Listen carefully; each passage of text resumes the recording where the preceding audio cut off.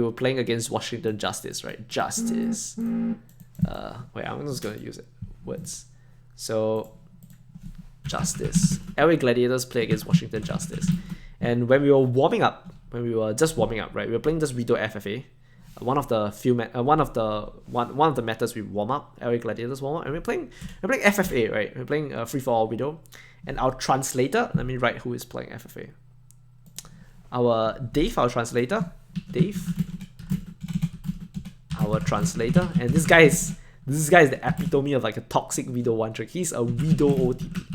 His rank top 500, 4300. Void, our Diva player. So we are playing Widowmaker. Oh, I should write Diva player. Top 500, obviously Overwatch League player, right? Decay, a Xayah player. Top 500. I think he's like fucking top 200 or some shit. Okay, doesn't matter. Top 500 Overwatch League. Because once you're Overwatch League, you're Overwatch League. So all these players played Justice warm up. They were playing Widowmaker FFA.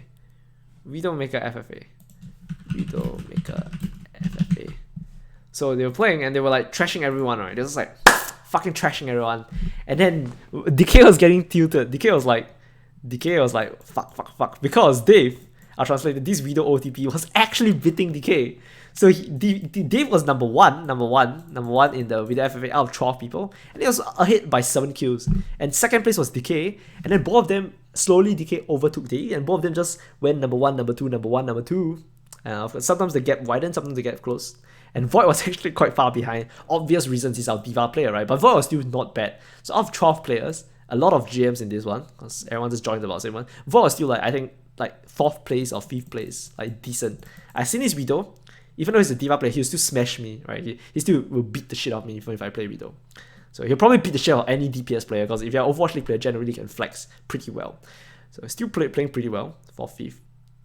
And so 1st and 2nd. At the very last second, there were 3 players that were 49. So 49, because 1st to 50, right? 1st to 50. 3 players are 49. Dave, Decay, and Fluffy Pants. Yeah, Void was pretty low. Void was like 41 or something. I don't know. And Fluffy Pants was actually really far behind at first, but as the FFA went along, Fluffy Pants caught up. And then Dave and Decay both took a shot. I was looking at both the screen, gonna kill the person they were fighting, and Fluffy Pants killed Decay and got 50. You know what rank this guy is? He was a diamond. He was a diamond Ana main. So diamond Ana main, and he won against Dave and Decay, the top 500. Yeah, and it happens a lot. You realize, and in Widow FFA, right? Widow, you always see these fuckers like with insane aim and nothing else. Like once in a while, you even see like platinum players like holding their own against like GM players, like platinum one-trick Widows, and they have insane aim. They have nothing else but aim. Like they have saying they have no brain is very harsh, but that's pretty much what they don't have, right? They're not thinking about the game. They're not having game sense. They're not rotating. They're not thinking, hey, look, I need to take this angle to win. The only thing they have and only have is aim. They're not thinking, I need to flank, I need to change a character, I need to suppress this Widow. They don't think in terms of it. They only think in terms of, they don't think. They don't even think in terms of something. They just don't think. They just grapple, shoot, they die, curse the team, grapple, shoot. You know, that kind of mindset, that kind of autopilot mindset stops people from climbing top 500. That's why I mentioned most Overwatch League players are critical thinking players, right? That's why when you talk about bad habits, the pros, I wouldn't deny that some pros might get bad habits from it. But the pros that actually improve and play well, like even like Jonah, who played like 100 games in ranked ladder last season, the pros that improve are the pros that find a way not to acquire those bad habits. So they don't just learn in scrims, they learn in solo queue as well. See, it's like a superpower. If you as a pro can learn from solo queue and the other pro can't learn from solo queue, who benefits? You benefit, right? The pro that learns from solo queue benefits. So even learning how to learn, and I talked about that a lot, right? Learning how to learn in solo queue is vital in becoming a better player. Yep. Cockroach shit. Not everything is about you red yellow. Come on, man. And come on, like, play me Widowmaker 1-1. I'm pretty sure you beat the shit out of me in Widowmaker DM. All aim, no brain must be a Widowmaker main. Yeah. Okay. So, we are not going to cover the rest of Ground Zero versus Mavericks. I think we covered a lot of stuff. Yeah. So if you guys have any question, I'll answer it, but I'll probably end my stream soon. It's mainly because if you mainly practice Widow through Widow FFA, you specifically get good at clicking on Widow head and nothing else in Widow FFA. Yes, you get good at clicking ahead. In fact, sometimes the aim doesn't even wholly translate, because Zaya is tracking. A lot of times when players move around, it's actually about tracking and not about flicking. So even when it comes to aim, it helps you in a segment of aim practice. It doesn't even help you holistically in having good aim. Yeah. The translator is higher SR than coach. Oh! You're hurting me with your words. Oh, God, dude, stop. Do you interact with the players every day? Like coaching sessions every day? Yeah, of course. I mean, that's my job. What do you mean? That's my job. My job is an Overwatch League coach. Of course, I have to interact with the players every day. Yeah, most of the time in Overwatch League, I have a 6-day work week. In this week, I had a 7-day work week. So, yeah, a lot of weeks you have to work 6-7 days. So it's a great job. I love the job. Let me explain.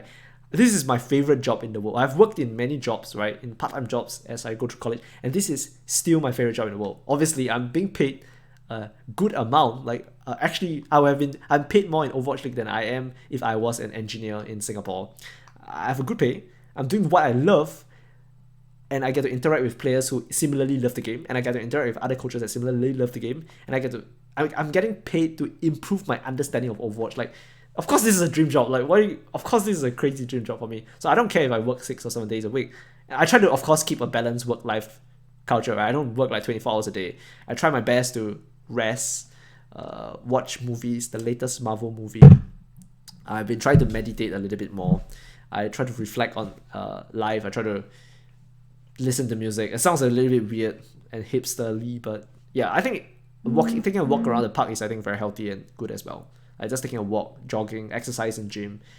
I try to keep a balanced lifestyle because it is a pretty intense work environment. Like being an Overwatch League coach, the job is a dream job, but being a player or a coach is a very intense work environment. It's not just playing and just, you don't see players fucking linking arms together and la la la la la. It's really fun. There are a lot of conflicts. There are a lot of administrative stuff. There is a lot of high intensity training. There is a lot of stress. There is a lot of stress, not just for coaching staff, but for players as well. That's why you see a lot of burnout and stuff, right? But it is, at the end of the day, a very fun job. It's just that you need to be conscious of how you choose to balance your life if you work in an esports industry. Yeah. And I mean, it's the same for Contenders player as well. It's not just for Overwatch League. As a Contenders player, especially as a Contenders player that needs to go to work or has school, it's very important to balance work and life, right? And if nothing else, it trains you to balance work life, even if one day you become like an Overwatch League pro. Thank you for the review. I'll be sure to watch the review back and take all your advice. Are you from Taylor the Destroyer? Are you from Ground Zero Gaming? It sounds like you're from Ground Zero. Yeah. My freak walking into this season with the Infinity Gauntlet. What do you think about players needing confidence? What do you mean? Most players are pretty... In fact, I would say... I think it's really important. You know how top sports players in the world, you guys know what I'm talking about? If you watch basketball or soccer, the top sports player in the world are those with insane confidence, right? They believe in nothing else but their own competency, how they will fuck on all the other players. They will just fucking fuck on all the other players. I think Atlanta Rain mentioned it once, Baby Bay. They said that they won Nixel because they were not scared of Nixel. They went to Nixel block thinking, you know what, we're not scared of you guys, we are just gonna we don't give a shit, we're just gonna fucking fuck you up, that sort of stuff. That kind of mindset is really important in sports and in esports because it gives you confidence, right? Of course, even that has to be balanced, right? Balance is the most important keyword in esports and in any competitive sports, because balance allows you to be confident, but not overconfident. So when someone point out your mistake, you don't go hey, you pointing out my mistake? Hey, fuck you, I didn't overextend. I'm the best player, I don't make any mistakes. Fuck you. Balance stops you from being a player like that. And there are players like that, right? So Yeah, so balance in everything you do. Confidence but not overconfidence. Grind in solo queue but not over grind. Scream but not over scream. Work hard but not work too hard. Yep. Dude, if I talk to my Nightbot, I'll probably get banned, dude. My Nightbot bans like everyone. Congratulations on getting coach for Singapore. Oh yeah, the coach for Ground Zero. Congratulations. Once again, if any of you guys need help, right, with a specific play, with a specific fight, feel free to message me on Discord. Do not message me questions like how do I get better at D.Va. Do not message me question like how do I eat Graviton Surge. All the stuff that you can Google and find the answer to, Like, you can message me like specific stuff like, hey, Luke, this fight, I don't understand where I'm supposed to play. In this defense, I'm the coach of XYZ. In this, we defended this way. What were the mistakes? I think the mistakes, and please tell me your opinion as well. Like, I think the mistakes were this. Like, I don't just link me a fight and say how to play this. Like, don't ask me like a general question. You need to know what you don't know to learn, right? So please make sure you know what you want to ask before you ask me. I swear to God, the number of people that message me how to get better as a D.Va, how to get better as a Xayah, how do I sound better as a loser. For the love of God, you could learn that from like Stylosa or something. You don't need to message me for that. I'm just gonna tell you to Google it or something. But if it's a good question, I really enjoy answering those questions, and I would love to help as much as I can. So please know what you're gonna ask, and please make sure that it's actually like a good question instead of like a stupid question.